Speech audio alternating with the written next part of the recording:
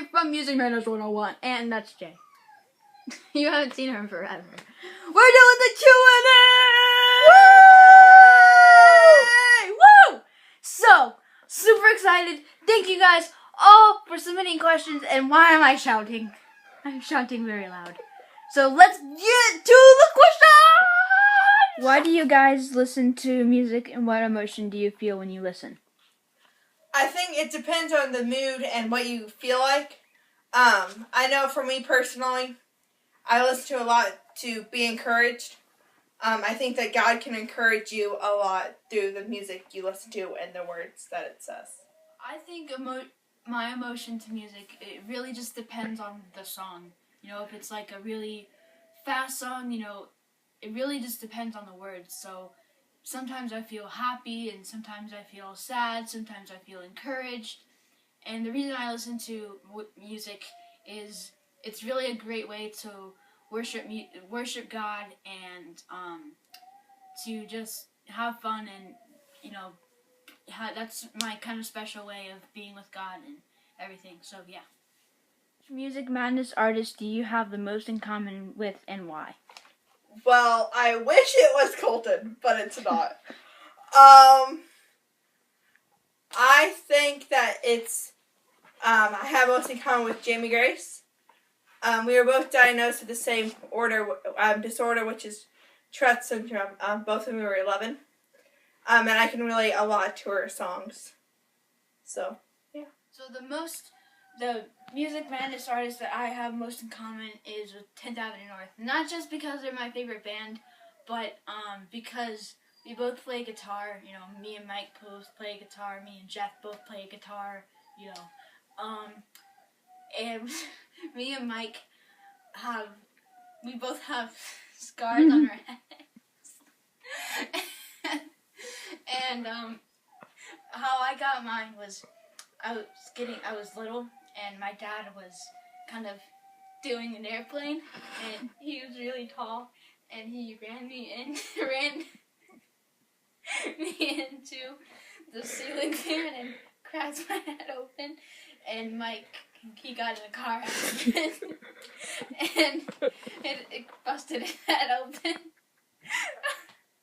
So mine's really kind of weird and everything, but a long thing, and Jay's is like really serious and everything, and that's mine. So yeah. Big fan of you guys. Just wanted to ask, what is the most powerful message some could tell in a song? I think it's hope. Hope is something that everybody is searching for and everybody needs. And especially the hope that there is hope in Jesus Christ. And it can be such an encouragement also. So I think the most powerful message someone could tell in a song is like, no matter what you're going through, like no matter what struggle you're going through or whatever, God always has a reason for it.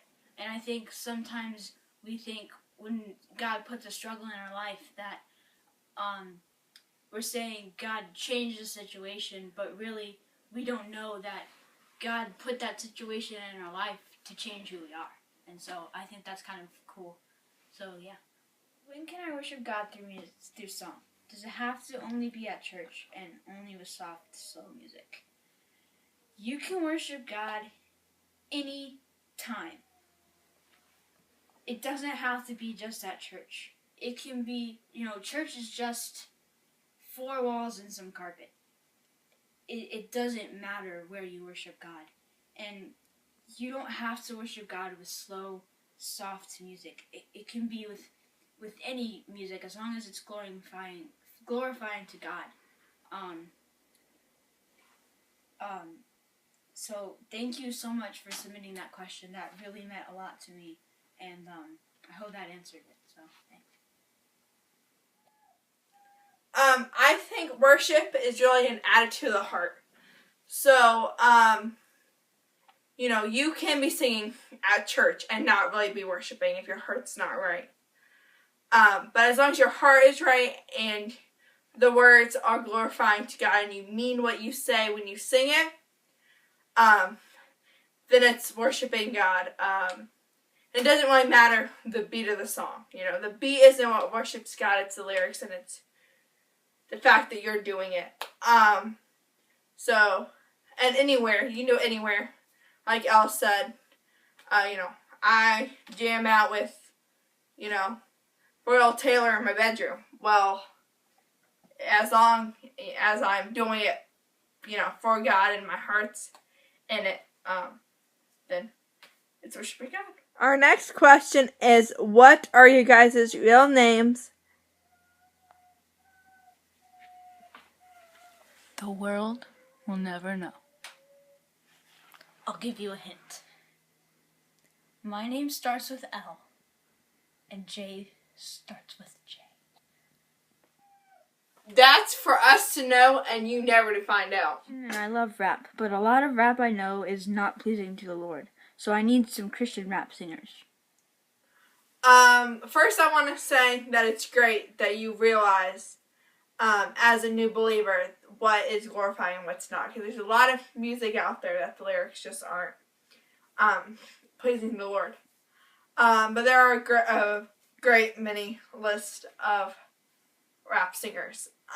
There's Toby Mac, Group 1 Crew, Pablo,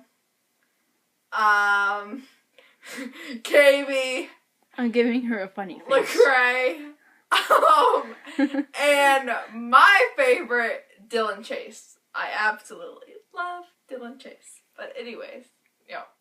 First of all, I'm the wrong person to ask. I don't particularly care for rap music, but the only person I know that I actually kind of like is Toby Mac. So, yeah, and like Jay said, thank you for realizing that some music out in the world is not pleasing to the Lord. So, yeah, that's my answer. Didn't help much, but okay. Do you think a singer's life and story affects what he sings? Absolutely. I think most singers do, for the most part. Some singers will sing about other people's lives, but for the most part, most sing about their lives. I think of Dylan Chase, who I already said that I'm a huge fan of his. All his songs, or most of his songs, are very much about drugs and abortion and overcoming all of that, just because of the life he led, and he lived with his mom, you know, being a drug addict, and everybody wanting him to abort his son. And I think a lot of music is like that. The struggles that happen in your life and has overcome you, because it is a testimony, especially with Christian music. You know, as Christian music, for the most part, their goal is to be a testimony. So they're going to share their stories, so they can be a testimony. I am looking for a good Bible verse about music. Do you guys know of some? Yeah, there are a bunch. You know, I was looking it up on Open Book, and there was like hundreds and hundreds of verses. But here are my two favorite. Judges 5:3 says, "Hear, O king, give ear, O princes, to the Lord I sing. I will make melody to the Lord, the God of Israel." And then Psalms 95:1.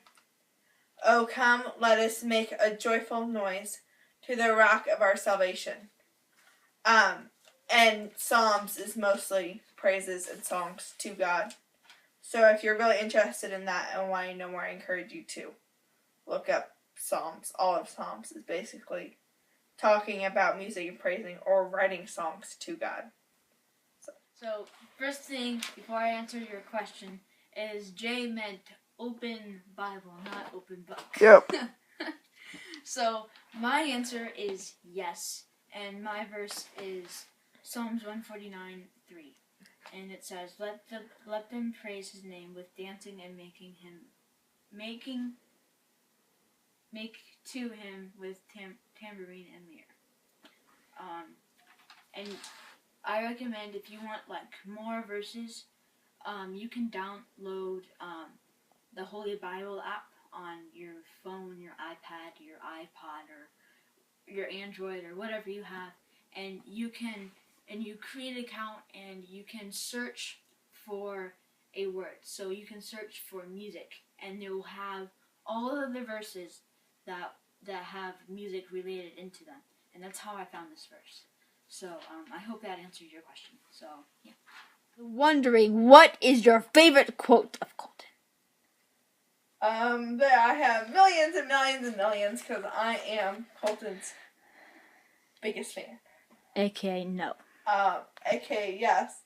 But anyways, my first one is from Shelter, which is one of his least popular songs. But I really like it. It's Elle's favorite song also. No, it's not. And it's the quote says, "You are always near when I need to call. You comfort me gently, open my eyes. You wipe away tears that I cannot hide." And it's, so true about what God does and that He really is our shelter in time of need. And the second one is from Rise. And it says, "There's a light, a hope in your eyes, like a star burning in the sky. There's fire you can't hide tonight." Whoa. Yeah. My favorite quote from Colton is, "Jesus never ever left you," and that's so true. We run away from the Lord, but God follows us to wait for us to realize that we fell away from God, and we turn around and He's right there. So He's glued to us, really. Like He's not gonna leave you, and I think that's probably one of my favorite quotes. So yeah. Who was the brain and who was the creativeness of L&J team? And also, who came up with the idea to do the website? I came up with to do the website, and I come up with ideas, but I make it all happen. her words, not mine. Yeah, we have a question for you guys. We want you guys to share your testimony with us. We want to get to know you guys and get connected with you, even though we really don't know you. You could live in a completely different part of the world. We have no idea.